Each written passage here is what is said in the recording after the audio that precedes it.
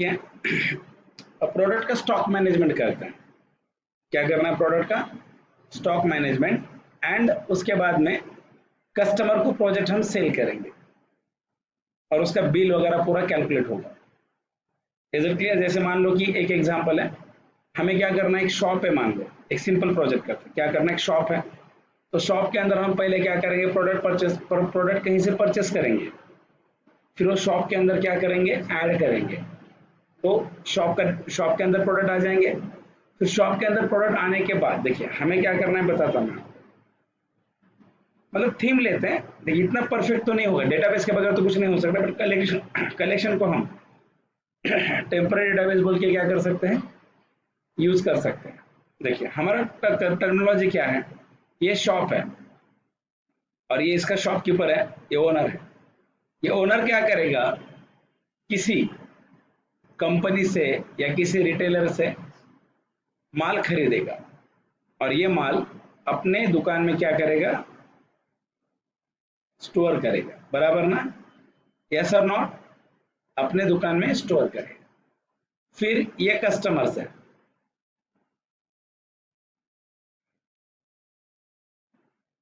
ये कस्टमर दुकान पे आएगा, बराबर। फिर अपना ये ओनर कस्टमर को कुछ प्रोडक्ट क्या करेगा,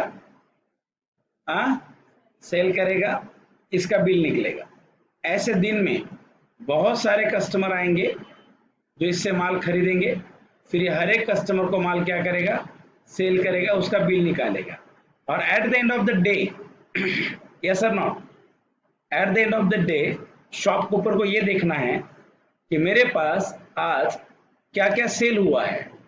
एक, मैंने आज क्या क्या सेल किया है, मैंने आज कितने का सेल किया है, यस और नॉट? आज मैंने कितने का सेल किया, आज मुझे कितना प्रॉफिट हुआ, आज मुझे कितना लॉस हुआ, ये निकालना है। उसके बाद आज मेरे पास कौन से कस्टमर आए थे, यस और नॉट, ये निकालना है। उसके बाद में मेरे पास ऐसे कौन से कस्टमर्स हैं जो रेगुलर आते हैं।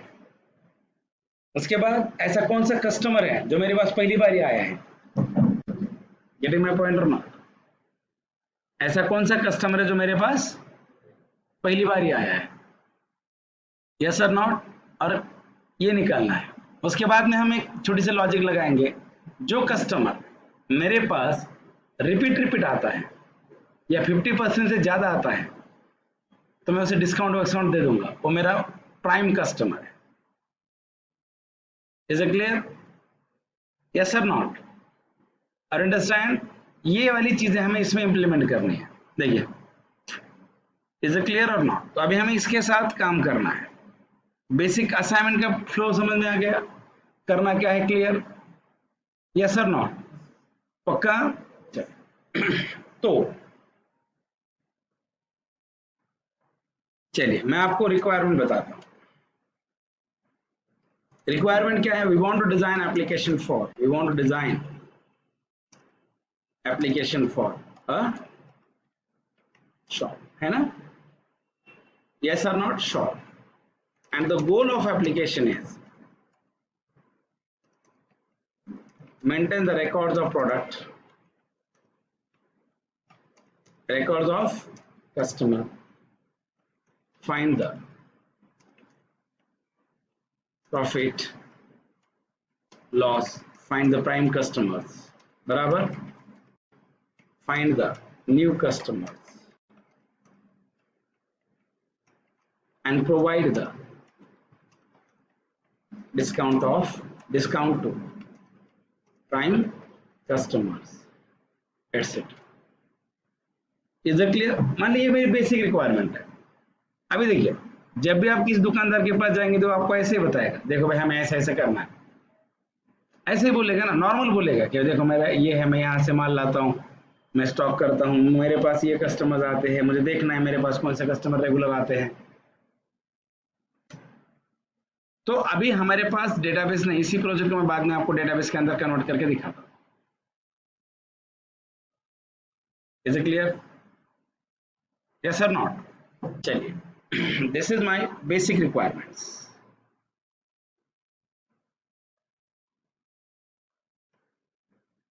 Is clear? ये हमारी बेसिक क्या है, रिक्वायरमेंट है। ये ऐसे करना है। अभी हमें एक काम करना है, देखिए अभी हम इसे ये करते हैं, केसेस में डिवाइड करेंगे। जैसे देखिए फर्स्ट क्या करना है, add new products.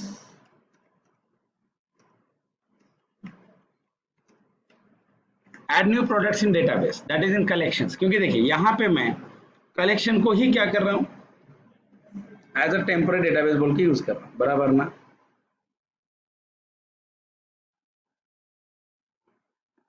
Add new products in database or in a collections. Second, view all products. Search product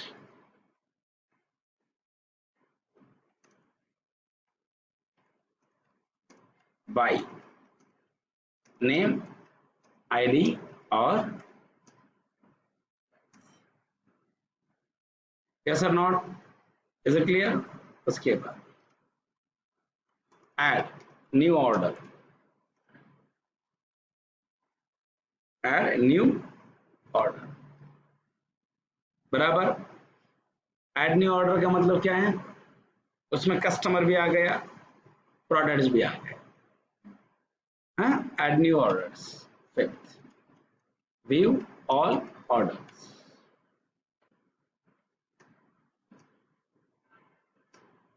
View repeated customers. साक्षी पानी बॉटल दे रहे मतलब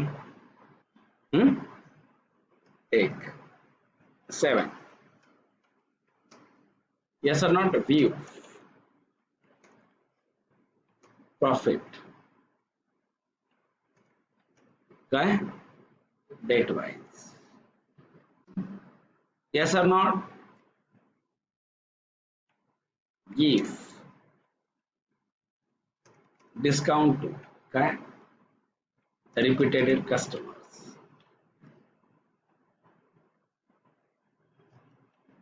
बस हो गया इतना। ये और कुछ लगाता हूँ करके, बट इतना भी अगर करते तो सफिशिएंट है, इससे हमें कलेक्शन पूरा क्लियर हो जाएगा।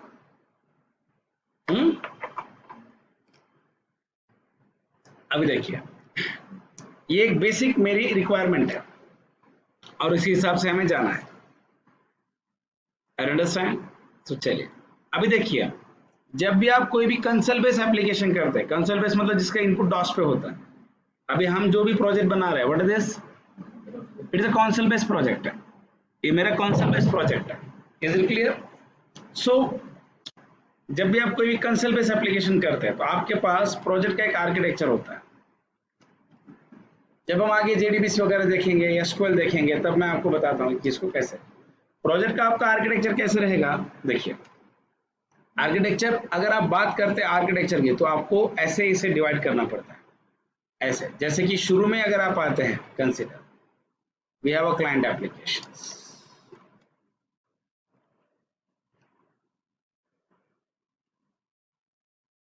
उसके बाद यहां देखिए सर्विस लेयर, यहां होता है मॉडल क्लास, यहां क्या होगा, this is your model class, क्या है दिस इज योर क्या है service class, this is a repository class.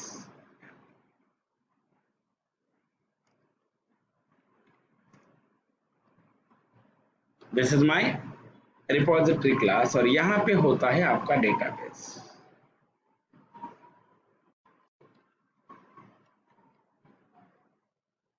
I have here database. Is it clear और नॉट? देखिए मतलब आपका जो क्लाइंट एप्लीकेशन है, ये क्लाइंट एप्लीकेशन, ये आपकी मॉडल क्लास, ये सर्विस क्लास है, ये रिपोजिटरी क्लास है और ये आपका डेटाबेस है। तो यहाँ पे मेरा जो डेटाबेस है, मैंने यहाँ एज ए डेटाबेस किसे चूज किया है, हाँ कलेक्शन को चूज किया, because it is my temporary database, बराबर है। तो इस लेयर से, इस आर्किटेक्चर से हमें काम करना है। ये आर्किटेक्चर क्या करता है, it is divide the code in different phases. It is use for to divide the code in different phases. ये क्या करता है, आपका जो भी कोड रहेगा, ये आपका कोड अलग अलग फेजेस में क्या करता है, डिस्कस डिवाइड कर देता है। इज इट क्लियर और not? It is use for to divide your code in different phases. Are you understand? Yes और नॉट?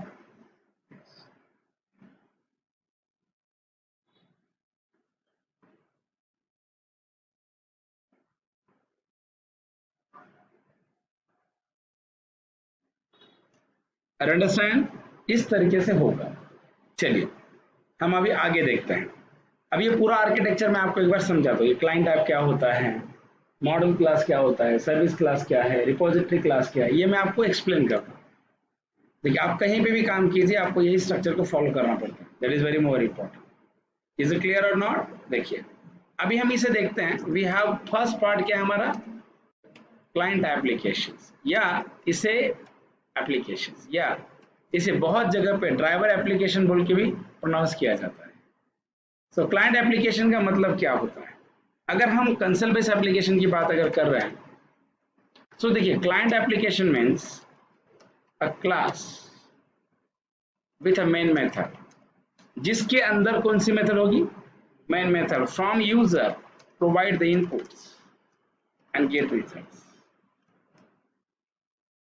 क्लाइंट एप्लीकेशन का मतलब है, client application means a class with a main method from user provide the inputs and get. Client application का मतलब एक ऐसी main method जहां पे यूजर क्या करता है, provide the input and get the results. मतलब जहां से हम इनपुट देते हैं और जहां पे हमें रिजल्ट मिलेगा, वो वाली क्लास, उसे हम टेक्निकली क्या कहेंगे, क्लाइंट एप्लीकेशन कहते हैं। Are you understand? यस, एक हो गया। We have one more, is a model class. What is exactly meaning of model class guys? यहाँ पे अभी अगर आप आते तो ऐसा कहा जाएगा, model class is a class with setter and getter methods which help us to transfer the data from transfer the data in application, or which help us to store a data, which help us to store a data and transfer data in a different layers of applications, called as a model class. Model class का मतलब क्या है, याद रखिए, model class का मतलब एक ऐसी क्लास जिसके अंदर सेटर गेटर मेथड्स होते हैं। यस, उसे पोजो क्लास से कहते हैं, राइट। बट जिसका काम होता है डेटा को स्टोर करके अलग अलग लेयर में डेटा को क्या करें, ट्रांसफर करें, यूज करें। इज इट क्लियर और not? Means using model class, means using model class we can use a data in application at a different places, right? And where we require data, where we want to fetch a data, where we want to use the data from a model class, we can fetch a model class data using a getter methods. ये हो गया आपका model class. उसके बाद में देखिए I have a service layer. अभी service layer क्या है, याद रखिए, सर्विस लेयर का मतलब है, याद रखिए, service layer means a class where we write the business logic of applications. Service layer की बात अगर हम करेंगे तो सर्विस लेयर का मतलब होता है कि ऐसी क्लास की जहां पे हम हमारे प्रोजेक्ट के बिजनेस लॉजिक लिखते हैं। फिर किसी ने कहा what is meaning of business logic? Business logic कुछ भी हो सकता है। मान लीजिए मैंने कहा कि आज आप ये निकालिए कि आज के दिन में कितना प्रॉफिट हुआ है, ये मेरा बिजनेस लॉजिक है। आप ये निकालिए कि पिछले 8 दिन में कौन सा कस्टमर कितनी बार आ गया, ये निकालो। ये क्या है, बिजनेस लॉजिक है। मतलब देखिए बिजनेस लॉजिक का मतलब होता है कि ऐसे लॉजिक्स की जो अपने रिक्वायरमेंट के हिसाब से चेंज होते हैं, and it is different from application to application, it is depend on requirement. But वो लिखने के लिए एक क्लास होती है, उसे क्या कहते हैं, service layer means a class where we write the business logic of applications. जिसके अंदर हम बिजनेस लॉजिक लिखते हैं वो हमारा सर्विस क्लास होता है। And business logic means, and याद रखिए, business logic means, and business logic का मतलब क्या है, बिजनेस लॉजिक में, बिजनेस लॉजिक में बी एनीथिंग, बिजनेस लॉजिक आपका कुछ भी हो सकता है, it is depend on requirement of application.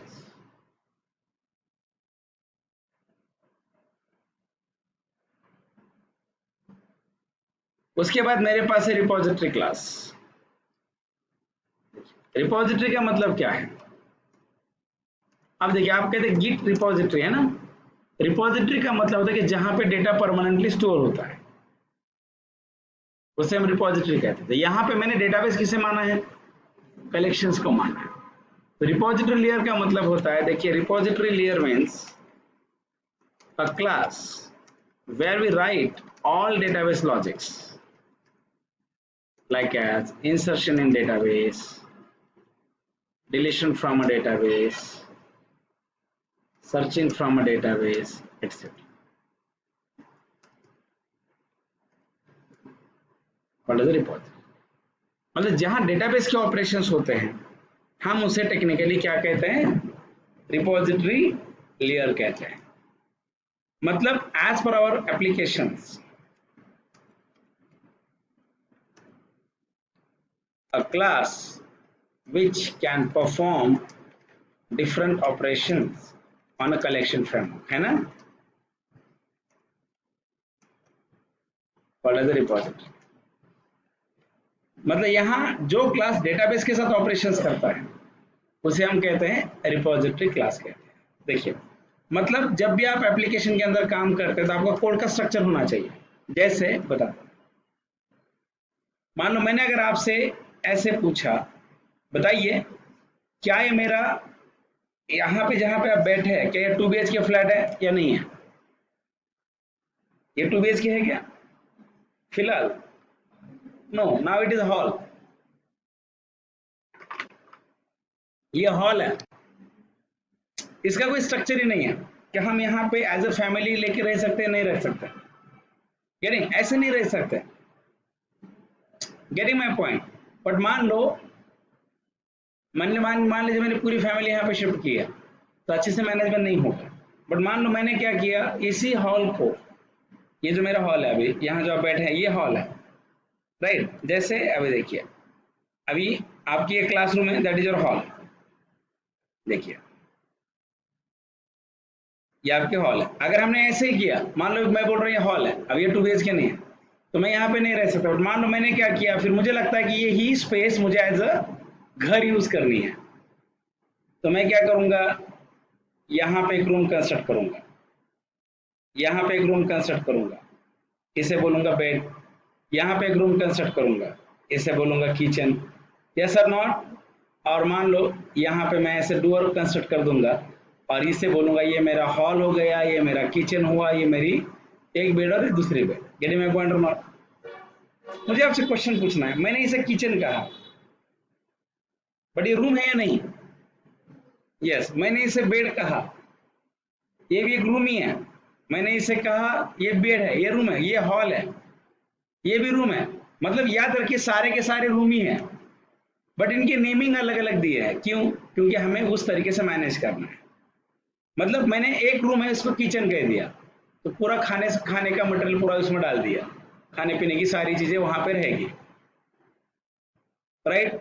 मैंने कहा एक रूम मेरा बेड, मैंने वहां पे रेस्ट के लिए क्या की फैसिलिटी की है।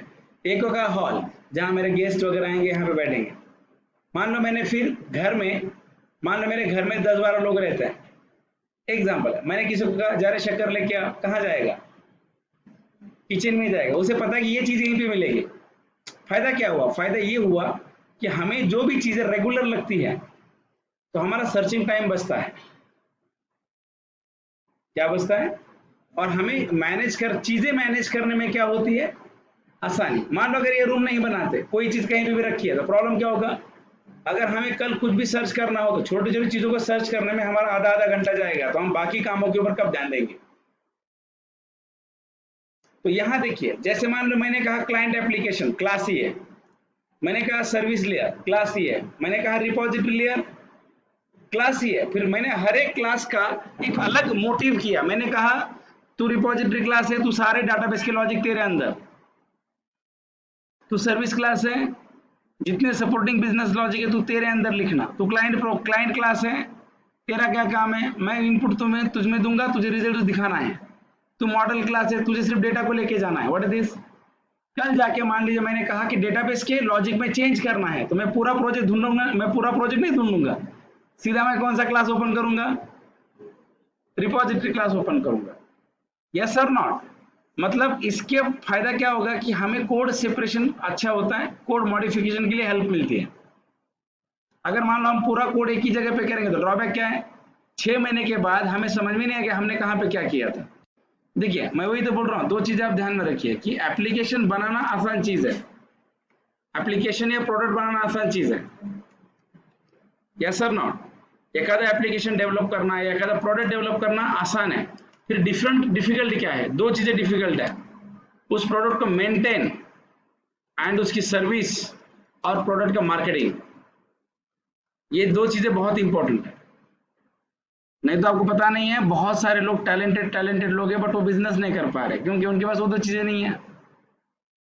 आपका प्रोडक्ट बहुत भारी है बट आपने उसे मार्केटाइज ही नहीं है, तो लोगों को समझ में कैसे आएगा? ये दो चीजें बहुत इंपॉर्टेंट है। एप्लीकेशन बनाना आसान है, एप्लीकेशन को मार्केट में रिलीज करना और उसका मेंटेनेंस और उसकी सर्विस, ये बहुत मायने करता है। इज इट क्लियर और नॉट? Are understand? मतलब ये बहुत इंपॉर्टेंट है। क्लियर? इसीलिए इंपॉर्टेंट फैक्ट ये है ना कि जैसे प्रोजेक्ट हम बनाएंगे बट प्रोजेक्ट बनाने के बाद 6 महीने के बाद हमें तो पता होना चाहिए हमने कहाँ पे क्या किया। इसीलिए हम नॉर्मली प्रोजेक्ट का आर्किटेक्चर ऐसे बना के रखते हैं। इसमें बहुत सारी चीजें बट हम फ्रेशर हैं इसलिए हमें बेसिक के ऊपर ज्यादा ध्यान देना है। गेटिंग? अभी देखिए एक इंपॉर्टेंट चीज मैं आपको बताता हूँ, नोट फ्लो कैसे रहेगा।